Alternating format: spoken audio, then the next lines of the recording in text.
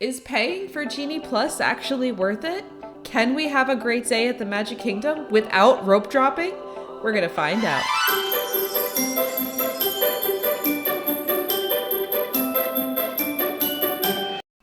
Hey everyone, it's Mel with the Disney Duck Detectives, and today we're here at the Magic Kingdom to talk rides, specifically using Genie Plus, so that way if you've got a trip coming up, you can use this video to determine if Genie Plus is worth it for you and your family.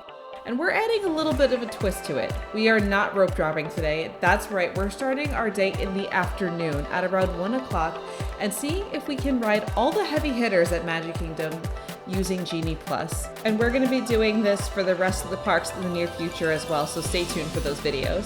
So just a little refresher on how Genie Plus works. There are 3 systems. There's Disney Genie, which is completely free. It's basically part of the My Disney Experience app that can help customize your day. Its feature includes the custom itineraries, the tip board, predicted wait times, and more. Then there's Genie Plus, which is essentially the service that replaced FastPass Plus after the pandemic. It's priced per person, per day, and gives you access to the lightning lanes, which again, is what used to be called the FastPass lane. The price of Genie Plus also varies based on the park that you're purchasing it for, with Disney's Animal Kingdom being the cheapest and Magic Kingdom being the most expensive. We paid $25 per person for Genie Plus today. Anyone can buy Genie Plus starting at midnight, and anyone can book your first attraction at 7 a.m. The third system of Disney Genie is the individual lightning lanes. These are the select few rides in each park that are extra popular, so they are not included with the price of Genie Plus. Here at the Magic Kingdom, those individual lightning lanes are Seven Dwarfs Mine Train and Tron Light Cycle Run. You can purchase individual lightning lanes starting at 7 a.m. if you're a Walt Disney World Resort guest. Everyone else can purchase individual lightning lanes when the park opens.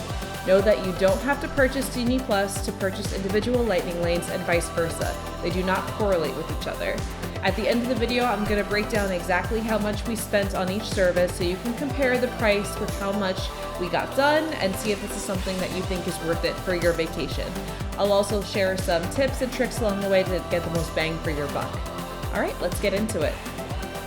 Now, Magic Kingdom has 23 attractions that use Genie Plus and 2 attractions that use individual lightning lanes, meaning that there are a total of 25 attractions that you can potentially skip the lines for.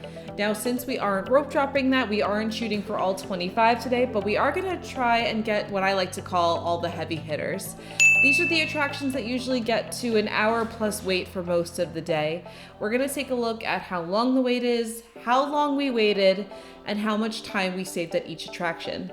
Side note, Tron will not count in this video because since there is no way to see how long the wait of the virtual queue is, we'd have no way of tracking how much time we've saved. Future videos will include Tron though.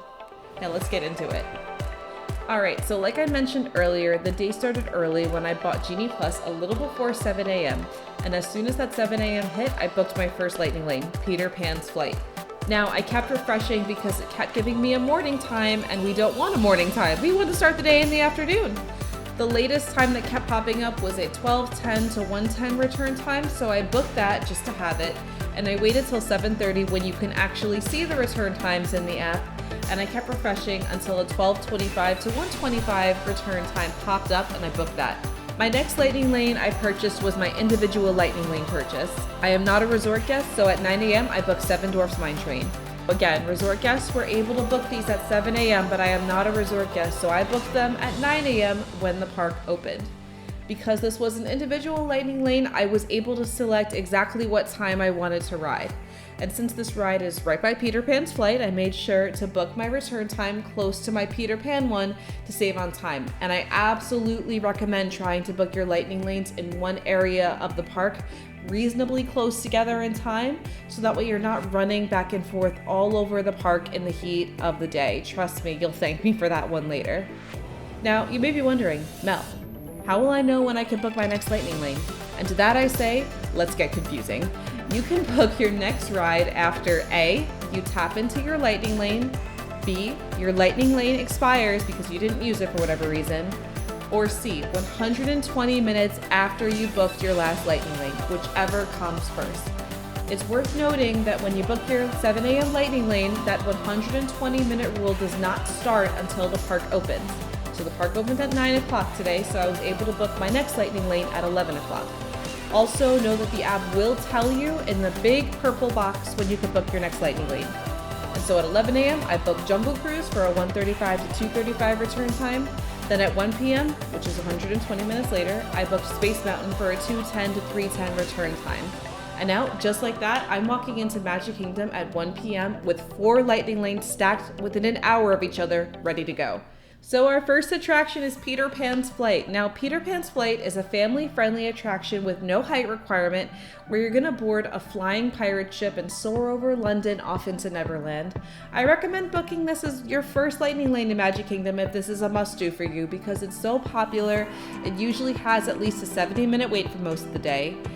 All right, Peter Pan done. I love this attraction so much. I think it's great if you have little ones who either love Peter Pan or maybe they don't meet the height requirement of some of the other attractions. I definitely would not want to wait an hour for it though, so definitely worth the lightning lane. And the posted wait time was 60 minutes and we waited 12 minutes, so we saved 48 minutes. And yes, we did use a timer for every attraction, so we know exactly how much time that we waited. Next up, we headed right over to Seven Dwarfs Mine Train. Seven Dwarfs Mine Train has a 38-inch height requirement. This is a half roller coaster and half Disney dark ride. You're gonna board one of the dwarves' mining carts, which will swing while you ride. It's a lot of fun, and for me, I love the movie Snow White and the Seven Dwarfs, so I really enjoy hearing the music from the film. Mine Train done. It had a posted 70-minute wait, and we waited 8 minutes, so we saved 62 minutes, so definitely a good individual lightning lane purchase. Again, you do not need to buy Genie Plus to skip the line for this attraction. It was its own purchase, but I do consider it a heavy hitter, so we chose to add this to our Genie experiment, for science. Now, by the time we got off Mine Train, our Jungle Cruise lightning lane was ready, but we still had about a half hour until it expired, so we decided to place a mobile order for some lunch at Pecos Bill Tall Tale Inn and Cafe. This is a quick service spot that serves Mexican-American cuisine, basically burgers, tacos, fajitas, that type of stuff. And if I'm on the go like we were today, it's a pretty good food, and it was convenient since it was on the way to our next lightning lane and of course in the AC. Like I had mentioned earlier, we had our Jungle Cruise lightning lane all ready to go. Jungle Cruise has no height requirement, and you're gonna board a riverboat led by one of the skippers. You're gonna look at fake animals, and the skipper is going to tell a bunch of funny dad jokes throughout your voyage, and of course you will see the 8th wonder of the world, the backside of water. All right, Jungle Cruise done, and it's another ride where I just have this big, goofy smile on my face. The skippers are what make this ride so beloved and so special. You'll hear a lot of the same jokes each time you ride, but each skipper always adds their own fun, unique twist to this ride, which I love. This is definitely worth a lightning lane, and I think it should be, in fact, one of the first few lightning lanes that you book just because it's so popular. The posted wait time was actually a little lower today. It was 35 minutes, and we waited 6 minutes, so we still saved 29 minutes. The last lightning lane I had ready to go when we walked into the park was Space Mountain, so that was our next destination. Space Mountain has a 44-inch height requirement, and this is an indoor roller coaster completely in the dark. Know that this ride does have a rule in place that you cannot film because you cannot hold any loose items. They need to be put away before the ride begins. Not sure how much you'd be able to see even if we could film the ride anyway, but just wanted to make sure we put that out there because we absolutely can show you our ride photo. It can be seen as one of the more intense rides for little ones, not as intense as Tron maybe, but sudden drops in the dark could potentially scare kids who maybe aren't used to roller coasters, so just keep that in mind. It is a lot of fun though. I would never recommend skipping this one if you're a fan of thrill rides. Now, once we scanned in, I asked the cast members if there was a second touch point, because once we scanned into all the touch points, that counts as using a lightning lane, so we can book our next lightning lane without waiting for that 120 minutes to be up. So Space Mountain had a posted wait of 40 minutes, and we waited 13 minutes, so we saved 27 minutes. During that 13 minutes we waited, I took a look at the available times, and I noticed that there was an available lightning lane for Buzz Lightyear's Space Ranger Spin, available for right when we get off the ride, and that's conveniently located very close to Space Mountain. So I went ahead and booked that so we'd be ready to go once we were done with Space Mountain. Buzz Lightyear Space Ranger Spin has no height requirement and is your shooter style game attraction. This is an attraction to verse your family for a higher score. If you got a Toy Story fan, they'll definitely love this ride for sure. Buzz All Done. This is not a lightning lane I would prioritize necessarily because the wait time can fluctuate and go down, especially in the evening. It had a posted wait time of 20 minutes and we waited 5 minutes, so we still saved about 15 minutes. Fun fact, if you reach 999,999 points on the ride, you can tell a cast member and you'll get a sticker that says Galactic Hero on it. Some tips on how to earn extra points. In the first room, the robots on the left have a target on each hand. Shoot the left hand, it's worth 100,000 points. In the second room, turn the spaceship around and look at the wall on the right and you'll see a volcano with 2 targets. The top target is worth 50,000 points and it'll make the volcano erupt. Lastly, in the room with Zurg, look at the bottom of his contraption and you'll see the word pitiful. Just under that is a target worth 100,000 points, but you cannot hit it if you're directly in front of it. So you have to hit it right before or right after you pass it. But I hope these tips help. But now it was time for our next lightning lane booking, and here's where it started to get a little tricky because we wanted to get onto rides as soon as possible without waiting long periods in between each ride, and times were starting to show up in the evening.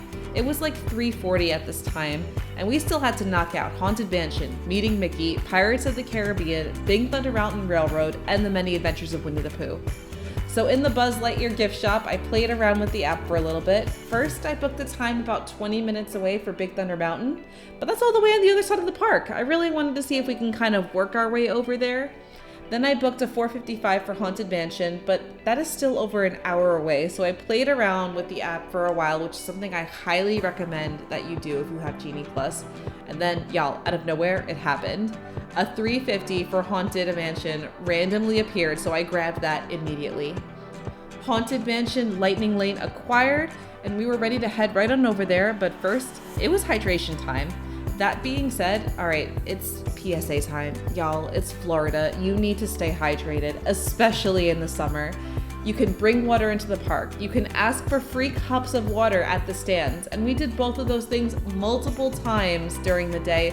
We were still melting in the heat. I have seen people pass out in the parks from the heat stroke before. It's really not fun. Save yourself the stress and pain. Keep drinking water, take AC breaks, and stay hydrated. For this break, we headed to Joffrey's Cart by Space Mountain, and we got some much needed cold drinks. Then we were off to ride Haunted Mansion.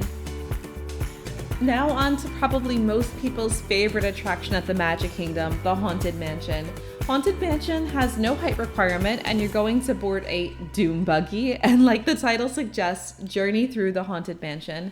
The Haunted Mansion here is actually going to be welcoming the infamous Hatbox Ghost to our mansion in Florida very soon. He's been over in Disneyland for some time, so we don't have a date for his debut here in Florida just yet, but we will definitely come back once he arrives. Haunted Mansion done. I really enjoy that ride. Like I said, it's probably most people's favorite ride here in Magic Kingdom. It's kind of got like this cult following to it. It is impossible to leave without getting Grim Grinning Ghost stuck in your head. This ride's wait fluctuates throughout the day, and sometimes it can get down to 30 minutes or less, so it's not a priority for a lightning lane, but if this is in your must-do list like it is for many, it definitely couldn't hurt to have a lightning lane. Mansion had a 30-minute wait time, and we waited 9 minutes, so we saved 21 minutes. During that 9-minute wait, I played around with the app and booked a Big Thunder Mountain Railroad to have something booked, and Big Thunder just happened to have a sooner time, but I really wanted to cross off Winnie the Pooh because I didn't want to walk back and forth across the park, so I kept refreshing until eventually a 420 popped up for Winnie the Pooh, and I grabbed that so we could head right on over there after the mansion. The Many Adventures of Winnie the Pooh is another family-friendly attraction with no height requirement. Here you're going to board a honey pot and journey through the story of Winnie the Pooh and his friends. Winnie the Pooh done, and this ride is so adorable. Now, is it worth a lightning lane? If it's a must-do or you've got little ones who love Winnie the Pooh, then yeah, maybe. However, I've seen this wait drop to 30 minutes or even less in the late afternoon or evening. So if you've got other heavy hitters like Peter Pan's Flight, Jungle Cruise, or Space Mountain, don't prioritize this lightning lane over those because you can book this one after you did all the other heavy hitters. Or you can even wait in the standby queue if it drops at some point during the day. When we rode it, it was about 4:30 in the afternoon and it only had a 25-minute wait. Now with our lightning lane, we waited 5 minutes, so we still saved 20 minutes. While in line, I went ahead and booked Big Thunder Mountain Railroad for 4:40, so by the time we got off Winnie the Pooh, our next lightning lane would be ready. Big Thunder Mountain has a 40-inch height requirement, and here you're gonna board a runaway train for a roller coaster that's considered the wildest ride in the wilderness. Big Thunder Mountain done. I always have such like a goofy smile when I ride this. I think it's so much fun. I know it's weird, but I love how rickety the roller coaster feels. I think that kind of just adds to the fun. It had a posted 25-minute wait and we waited 6 minutes, so we saved 19 minutes. Not a number one priority for a lightning lane, but still a good one to use if you've gotten through all your must-dos already. Also worth noting, a lot of the standby queue for this ride is outside in the sun. So getting to skip that part of the wait I think was worth it in itself. After we finished Big Thunder, I only had 2 more things left on the list, meeting Mickey and Pirates of the Caribbean. I really wanted to meet Mickey last since that's right by the exit of the park, but a time for Mickey appeared sooner than Pirates, so I booked that just to have it. I always recommend having just a lightning lane booked so you can just kick off that 120-minute rule. You can always play around with the app after, which is exactly what I did. After I booked meeting Mickey, I played around with the app to see if a sooner time than the 6:40 for Pirates would keep popping up. Then, out of nowhere, a 5:05 for Pirates popped up. I grabbed that so we could head right on over. Now heading to my favorite attraction in the Magic Kingdom, Pirates of the Caribbean. Pirates has no height requirement. You're gonna board a boat and enter the world of the pirates, so you'll visit Tortuga and Port Royal, and there is one drop in the ride that's in the dark, but it's just a little one. Pirates done. I just love that ride so much. I think it's just quintessential Disney storytelling. There's so many conversations happening at once that you'll just hear a different one every time. And of course, I had to wear my light up Pirates ears. I also drive my husband crazy because I'm kind of obsessed with the smell on Pirates of the Caribbean. He thinks I'm crazy. Maybe I am. Let me know in the comments if you know the smell of pirates I'm talking about, or maybe what your favorite Disney smell is.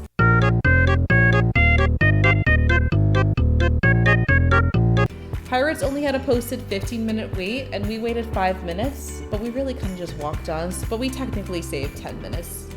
Now, do you need a lightning lane for this attraction? No, not usually, unless it's like a really busy day. If you see Pirates has a long wait, just wait till later in the day. It usually will drop. But if you're like me and have been stacking lightning lanes and have the ability to book it, why not? Now, while we were online for Pirates, it was about 5:15 and a 6 o'clock meeting Mickey kept showing up, and I wanted to see if I can get a sooner time for when we got off the ride. Eventually, a 5:30 did pop up and I was able to snag it.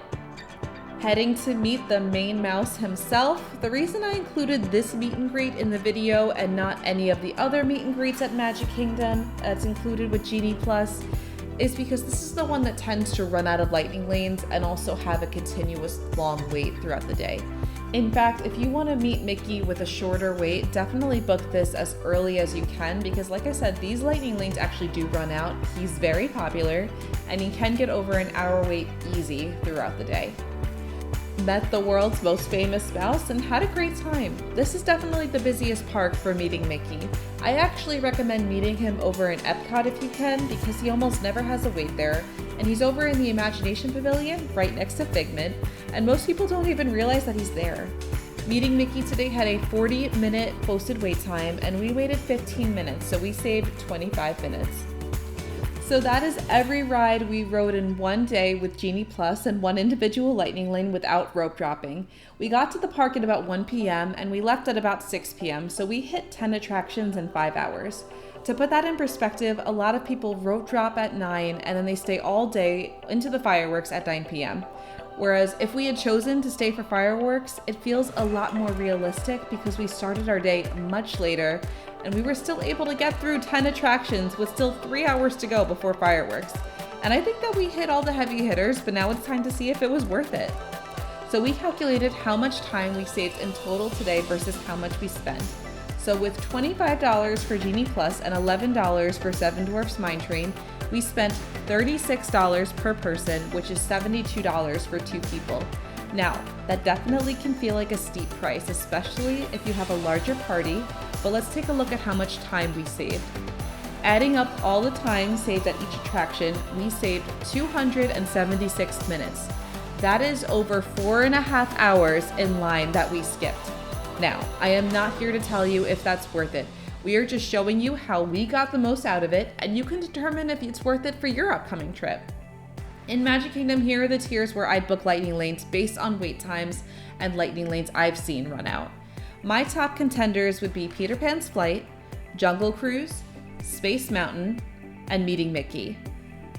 After that, my priorities would be Pirates of the Caribbean, Haunted Mansion, Buzz Lightyear Space Ranger Spin, and The Many Adventures of Winnie the Pooh and Big Thunder Mountain Railroad. The next tier isn't always necessary for a lightning lane, but you can book if you weren't sure what to book next, or you just want to guarantee that you won't have to wait long.